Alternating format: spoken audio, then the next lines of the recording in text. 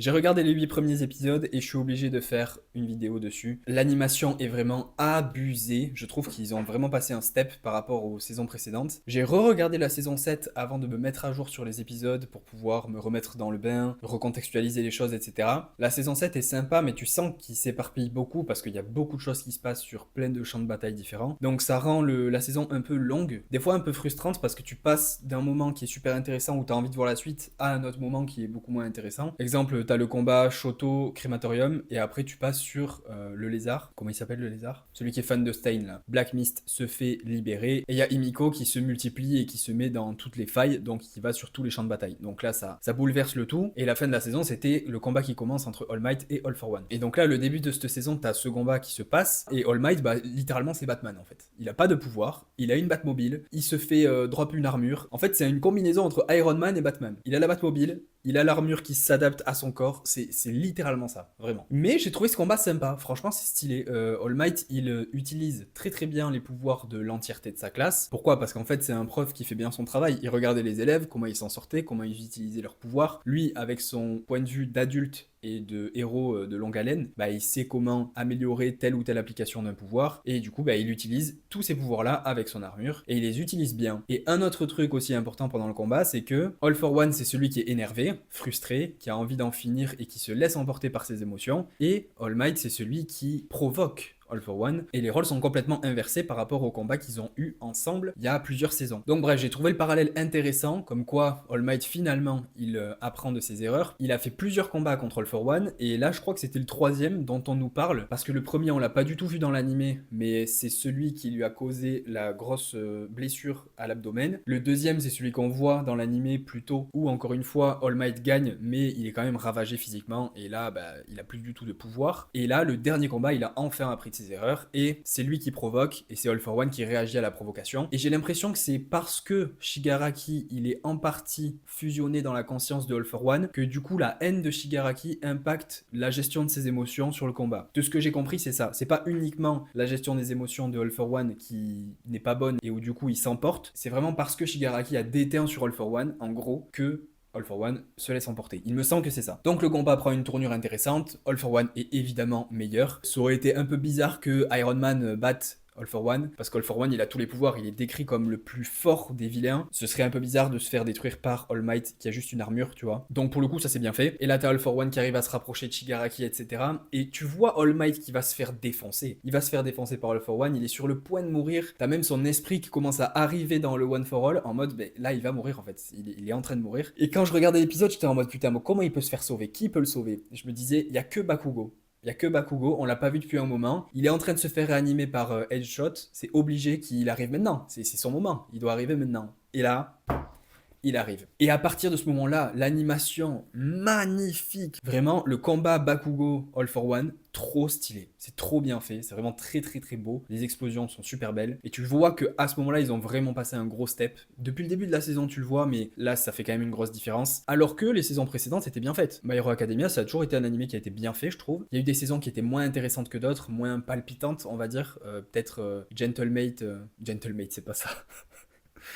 Gentlemate, c'est un truc de e-sport. C'est Gentle Criminal. Gentle Criminal qui était intéressant et du coup il a son importance parce qu'il intervient dans cette saison 7 et dans la saison 8. Mais c'était un peu moins palpitant, on va dire. Mais quand tu passes de l'arc Eri avec le gang terroriste là et que tu passes juste après sur Gentle Criminal, la douche elle est froide quand même. Donc le début de saison, il est banger. All for One qui se fait défoncer et il se fait défoncer par Bakugo. Tu vois qu'il rembobine encore et encore et encore, et c'est un gosse, donc il rétrécit, bébé, embryon, et il disparaît. Et à ce moment-là, je suis en mode, ok, bizarre, pas de cinématique, pas de retour en arrière, pas de oh là là, non, mon rêve ne peut pas s'arrêter là, etc. Pas de speech de fin, comme t'as tendance à voir dans les animés, donc je me dis, bizarre, je pense que du coup, il est pas complètement mort, All for One. Le combat Midoriya, Shigaraki, où t'as Midoriya, il essaye de balancer des haltères. Alors ça, je m'y attendais pas, perso. Il lui balance des haltères pour ouvrir une brèche psychique et après essayer de le convaincre depuis l'intérieur de son corps que les choses peuvent s'améliorer, etc. Je résume vraiment grossièrement, mais en gros c'est ça. Il l'attaque de l'intérieur en lui balançant des haltères. Et du coup, bah là, le dernier épisode, il a balancé les haltères, il a ouvert la brèche, Shigaraki s'est fait complètement soumettre, entre guillemets, genre l'esprit de Shigaraki s'est fait soumettre par la conscience de All for One. Donc All for One, il a repris possession du corps de Shigaraki et était en mode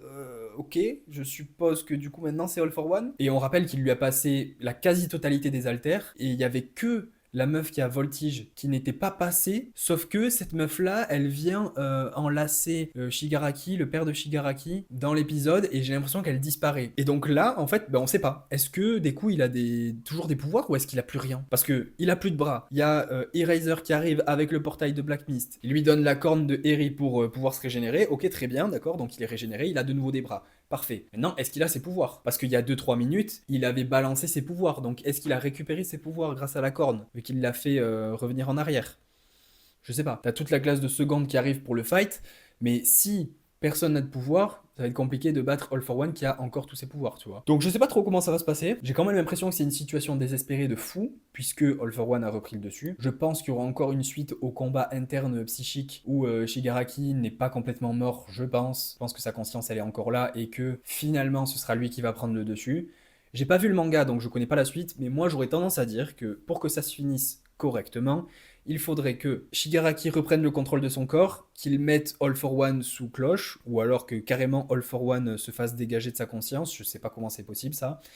Et je pense que ça va se terminer en mode Shigaraki a entendu l'appel de Midoriya et il se rend. Et il se rend et c'est terminé et il arrête de faire tout le mal qu'il a fait et c'est fini. Parce qu'en fait, tout le mal qu'il a fait depuis le début, c'est lié au fait qu'il croit qu'il est maudit en fait. Il croit qu'il est maudit de base, il croit qu'il a des agrégations de lui-même, qu'il a tué toute sa famille. Il croit vraiment que c'est lui le problème de base et que tout est de sa faute. Et la grosse révélation dans cette saison, dans ces derniers épisodes là, c'est que All for One a tout orchestré depuis le début et c'est pour ça que je voulais en faire une vidéo là maintenant pour en parler parce que j'ai été sur le cul. Je me disais putain, quelle horreur le gosse, il a toute sa vie qui a été construite par quelqu'un d'autre, toutes ses actions ont été dictées par quelqu'un d'autre. Il n'a fait aucun choix lui-même, il a fait aucun choix. On lui a soumis les idées d'une manière un petit peu détournée pour lui dire ok tu vas aller faire ça. Donc l'alter désagrégation c'est pas de lui, c'est All for One qui lui a donné. Le père de Shigaraki, il en voulait à Shigaraki parce qu'il a été manipulé par All for One et on voit dans certains souvenirs que All for One il est souvent en train de parler au père de Shigaraki, donc il a un peu monté la tête. Le père de Shigaraki est abusif envers lui, Shigaraki a du ressentiment qui commence à naître, il commence à développer de la haine, il utilise malencontreusement son pouvoir de désagrégation, il tue son chien, malheureusement, affreux moment d'ailleurs, très très triste.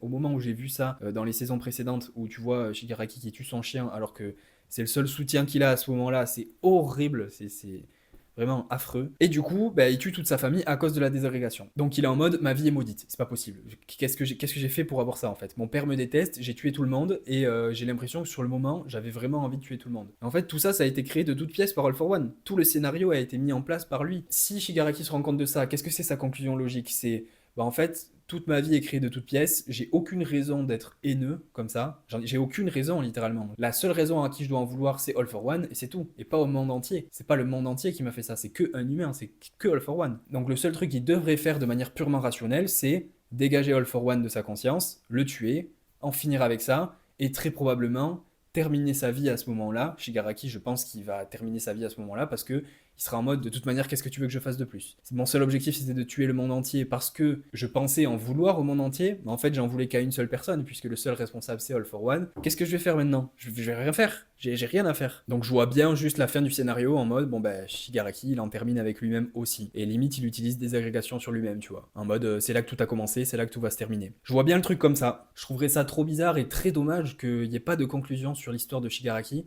Parce qu'on te construit le personnage depuis le début. Depuis la saison 1, il y a Midoriya et Shigaraki qui évoluent les deux en même temps. Ils ont à peu près le même âge, ils évoluent les deux en même temps.